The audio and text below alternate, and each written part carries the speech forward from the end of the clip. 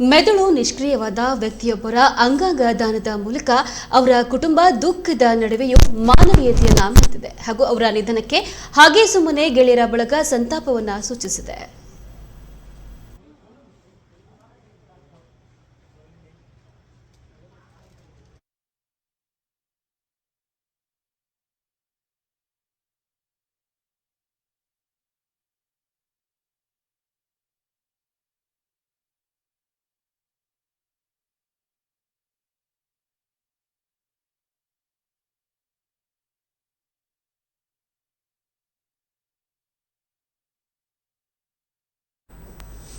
ಕೃಷಿನಗರ 1ನೇ ತಿರುವಿನ ನಿವಾಸಿ ಎಸ್ಸಿ ರಮೇಶ್ ಅವರು ಮಾರ್ಚ್ 10ರ ಸಂಜೆ ಏಕಾಏಕಿ ಕುಸಿದು ಬಿದ್ದ ಹಿನ್ನೆಲೆಯಲ್ಲಿ ತಕ್ಷಣ ಅವರನ್ನು ಖಾಸಗಿ ಆಸ್ಪತ್ರೆಗೆ ದಾಖಲಿಸಿ ಚಿಕಿತ್ಸೆಗೆ ಪ್ರಯತ್ನಿಸಲಾಯಿತು.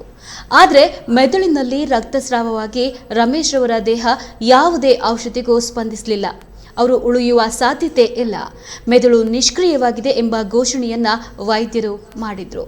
ಇಂತಹ ಸಂದಿಗ್ಧ ಪರಿಸ್ಥಿತಿಯಲ್ಲಿ ವೈದ್ಯರ ಸಲಹೆಯ ಮೇರೆಗೆ ಅವರ ಪತ್ನಿ ಸವಿತಾ, ಪುತ್ರ ನಿಶ್ಚಿತ್ ಹಾಗೂ ಕುಟುಂಬದವರು ಮಾನವೀಯತೆಯನ್ನ ಮೆರೆದು ರಮೇಶ್ ಅವರ ಅಂಗಾಂಗ ದಾನಕ್ಕೆ ಮುಂದಾದರು.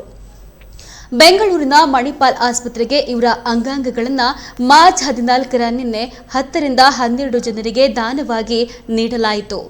ಸೋಲಾರ್ ರಮೇಶ್ ಎಂದೇ ಶಿವಮೊಗ್ಗದಲ್ಲಿ ಹೆಸರಾಗಿದ್ದ ರಮೇಶ್ ಸಾವಿನಲ್ಲೂ 10 ಜನರ ಜೀವನಕ್ಕೆ ಸಹಕಾರಿಯಾಗಿ ಜೀವನ ಸಾರ್ಥಕತೆಯನ್ನ ಮೆರೆದಿದ್ದಾರೆ.